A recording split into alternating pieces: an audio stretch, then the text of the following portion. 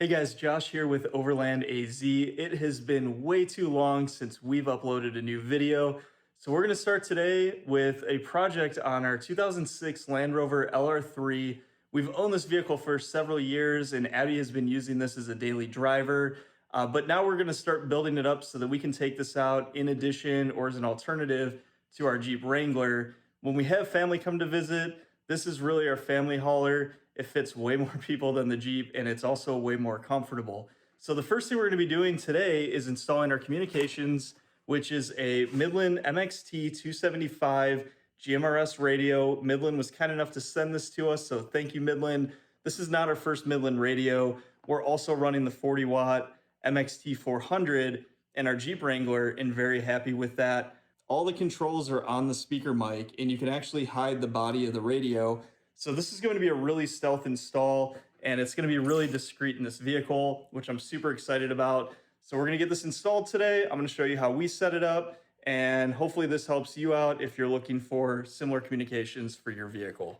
So taking a look at what comes in the box, again, this is the MXT275. It's a 15-watt radio.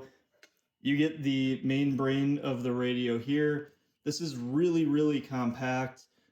My MXT 400 in the Jeep has all the controls on the front of the radio, and so it's much larger. This we're going to be able to hide away inside the Land Rover, and you won't even see this. You won't even know it's in here unless I showed you. This also has a USB-C charging plug right there, so if you do put this out somewhere where it's exposed, you can charge accessories with this, which is a nice addition that Midland started adding on all their radios. You also get the all-in-one speaker mic. So this has your whole display on it. You can adjust channels, privacy tones, everything that you would do on a Midland radio, you do right from this. And so this is the only thing you have to have out visible. Now the way I'm going to set this up is I'm going to be able to plug this in and unplug it when we're not using the radio, so that if we're not out on the trail or we don't need the radio, I can just unplug this, throw it in the glove box, and you won't even know that we have a radio in the car. You of course get owner's manual, getting started guides, a double-sided tape mount that you can put out for the speaker mic, your power cable. Now on the MXT275, because it is a lower power radio, you can actually plug this directly into a cigarette lighter or a 12-volt accessory plug. What we're going to be doing is I'm going to just be tying it right into our factory fuse block. So I'm going to snip this right here, and we'll run the wires so that the radio will only come on with the ignition on in the vehicle. And it does also include a small antenna. So everything that you really need to install and use the radio comes with the MXT275. I'll put a link down in the bottom of the video for this radio, but it's a really great starter radio. And it's also really great, even if it's not your first radio. 15 watts with a good external antenna is going to be plenty of range for most people, especially in a group setting. But we are going to be using the 3 decibel gain ghost antenna from Midland, and we're going to be using a lip mount that we can mount on the hood of the Land Rover so that everything can be removed if we want to. It's really discreet, and it's not super permanent if we ever decide to take this out of the Land Rover for any reason. So first things first, we do need to make sure that the radio has good clean power to function properly and get the most out of the radio's power. This one being a 15 watt, we can run it off of pretty much any 12-volt circuit that can handle the load. You could plug this directly into a cigarette lighter or an accessory plug if you wanted to. We're just going to snip this right here. We're going to hardwire this into our fuse block. It does come with a quick connect that's going to go directly to the radio, and it's also fused on here as well. We are going to add another fuse in line for our circuit just to be safe, but we'll cut this off here. I don't need this.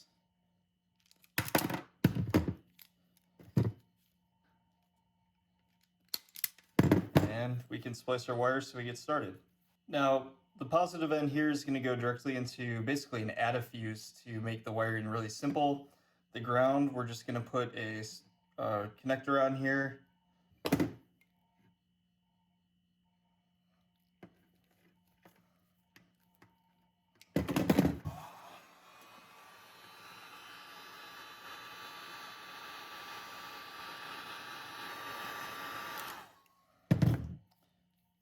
like that, and that will be our ground connection.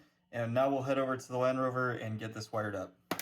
Inside the LR3, our fuse panel is right up here. It's actually on the passenger side. On a lot of vehicles, it'll be on the driver's side. So on this, we're just gonna drop the glove box down. I already have my add fuse in there. We're gonna pull away some of the trim so that we can access a good ground. And then we'll run the wire across. We'll put some wire loom on it to protect it, and we'll mount the body of the radio on the other side, closer to where our antenna is gonna come in through the firewall.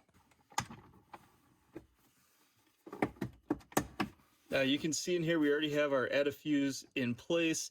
Now I selected one of the circuits that is for a 12-volt accessory plug that we just don't use. So we know we're not going to overload the circuit. It's a 30 amp circuit, so we'll be okay on this one. I do have a fuse in the add fuse, and then of course the power cable from Midland is also fused as well. I've posted about this before, but we're using our SOL light. This is from a company called Survive Outdoors Longer. I actually really like this thing. They sent it to me just to do some product photography on, and I liked it so much that I use it for everything now. It's great for little projects. It has a USB plug in it so that you can charge your phone or whatever off of this. Good battery indicator. There's magnets on this so you can stick it, and there's also 2 hooks so you can hang it pretty much anywhere you want. This is my go-to work light now, and it always stays with me in the Jeep, except when I'm working on the Land Rover.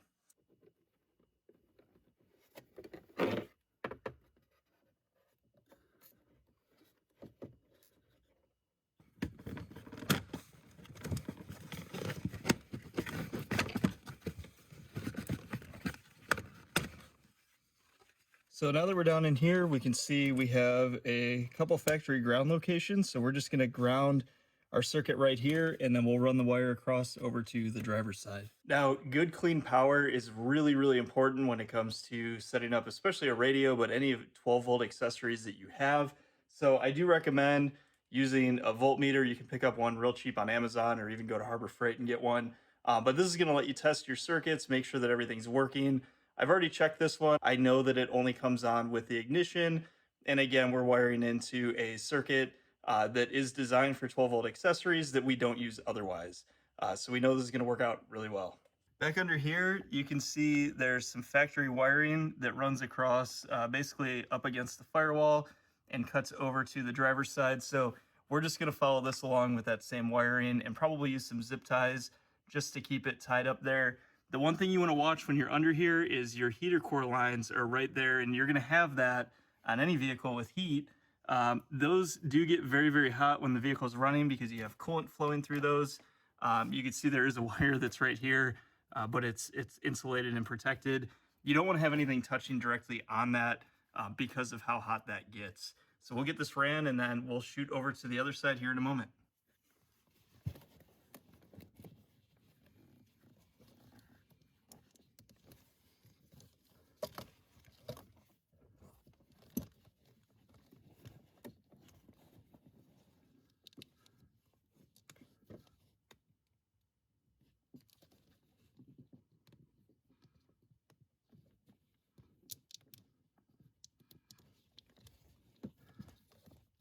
All right, so we are over on the driver's side now. We have our wire ran over to this trim piece. We're gonna pull all this trim out. I have a spot under here already where I plan to mount the radio. So we'll get that mounted up, and then we will tackle the antenna next.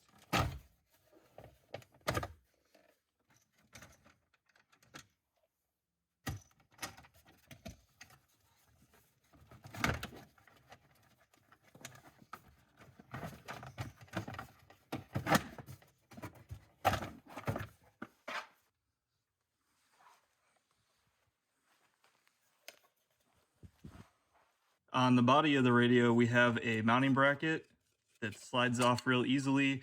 So this is all we have to mount. We'll put this up under the dash, and then our radio will slide into place. We'll connect the plug and have power. Our antenna is going to run in back here, and then I'll show you guys what I'm going to do with the microphone. So radio will have mounted right up here, and that'll fit nicely up. Once we put this trim piece back in place, we can plug in our power cable, and we're going to start on the antenna. Get this mounted up, and we're going to run this through the firewall and back down into here.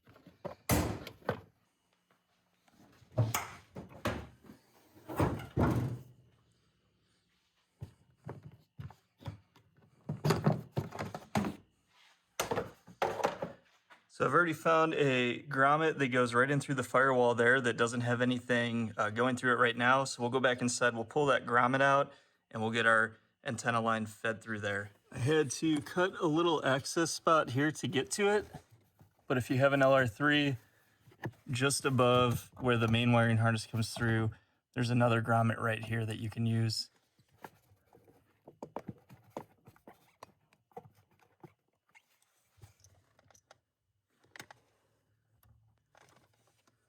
So the way we're going to run this antenna wire through here, you can see that this end alone wouldn't fit through the cutout in the firewall. So we can actually unthread this and just remove the end, and now we have a smaller piece.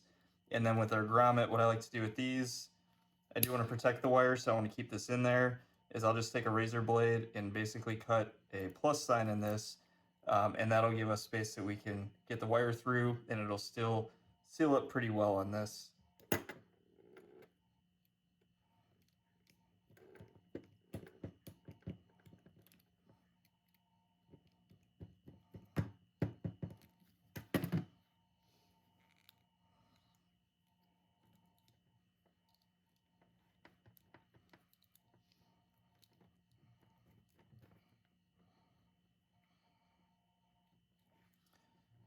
And now you can see the wires through there, and minimal damage to the grommet, so that still seals up pretty well.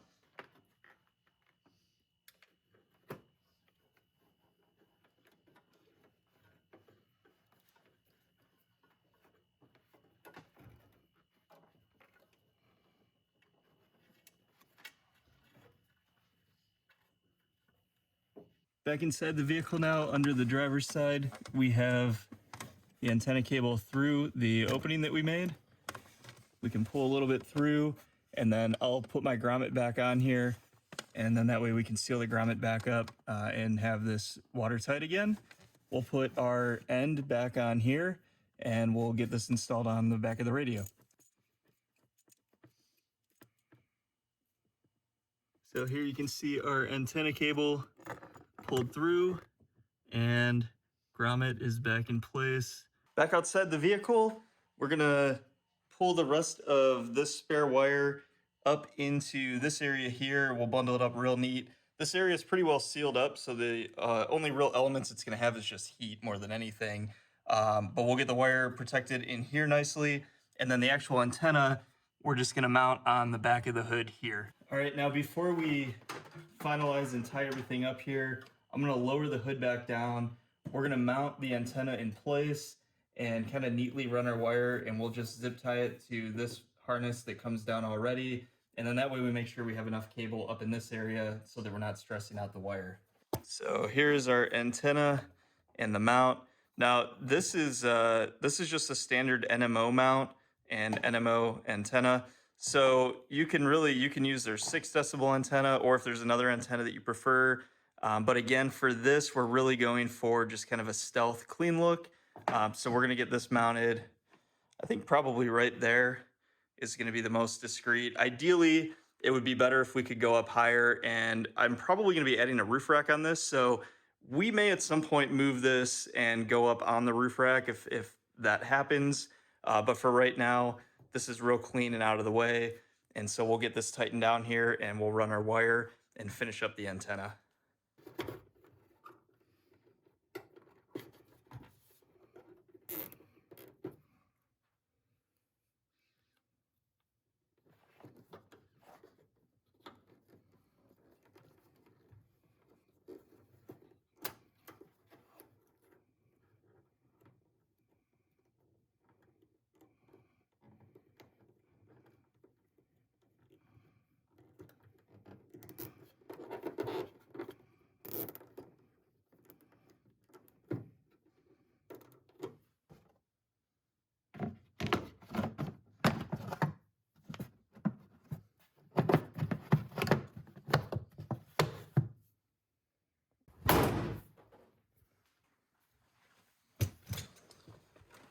All right, back inside the vehicle, we are going to use this cable here, which we can plug into the radio. It's an RJ45, I believe, connector.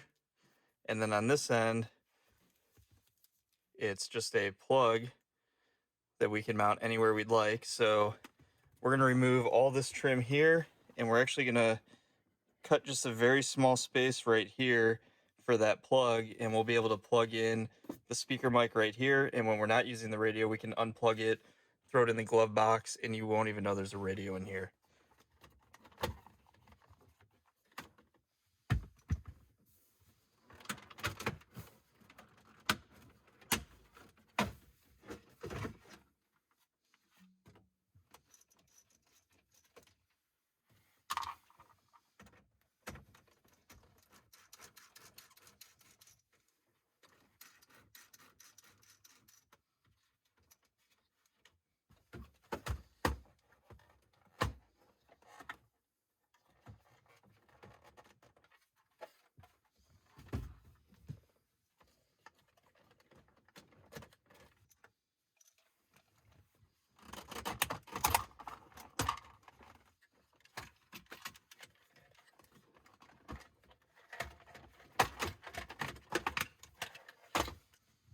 All right, there are probably better ways to get this trim piece out, but this is what we needed. We'll just drill 4 holes in here, and then we'll cut that out so that we can clip this into place.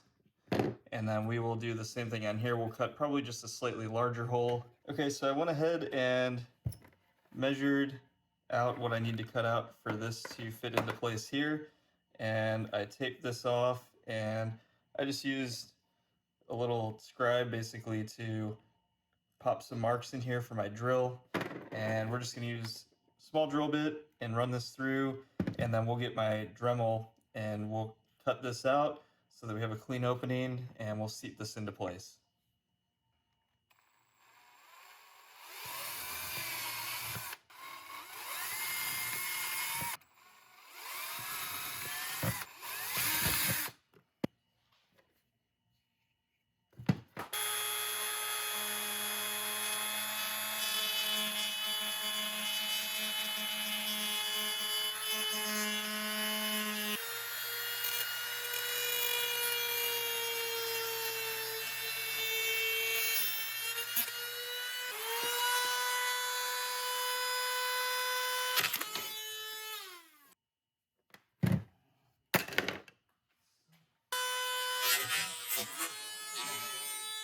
So that right there is why you always want to wear safety glasses when you're using any kind of cutting tool like this. Even a Dremel, I don't know if I had my speed up too high or if this was already starting to bend or what, but it completely gave way. So I have my other Dremel here with probably a stronger part, so we use this one. Hopefully not have the same thing happen.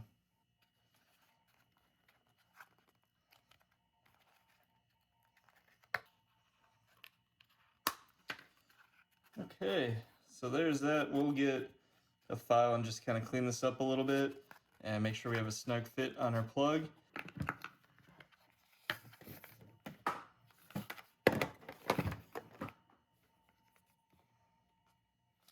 All right, so we can file away a little bit here. Obviously, it's always better to cut just a little bit smaller, and then you can take some more material away, and that's better than cutting away too much and not being able to add material.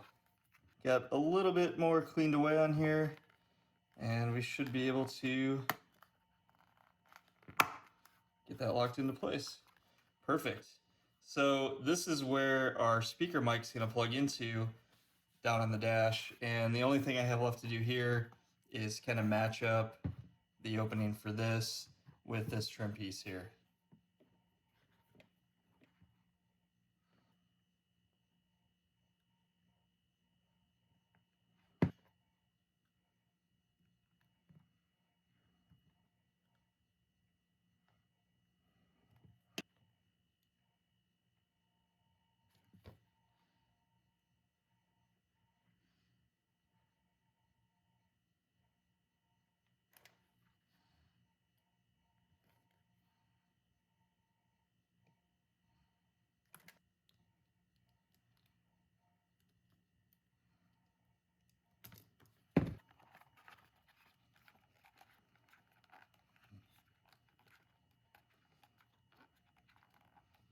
think that looks pretty good.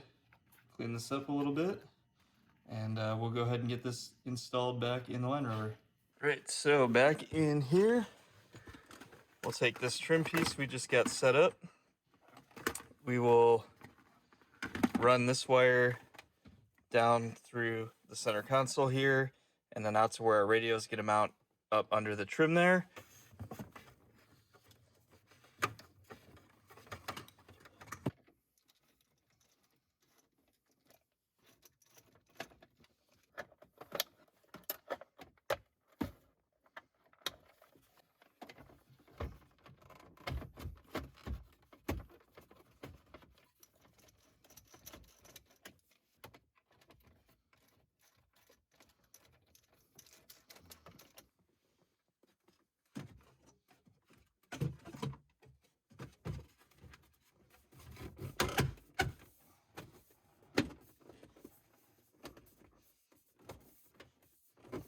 All right, how does that look?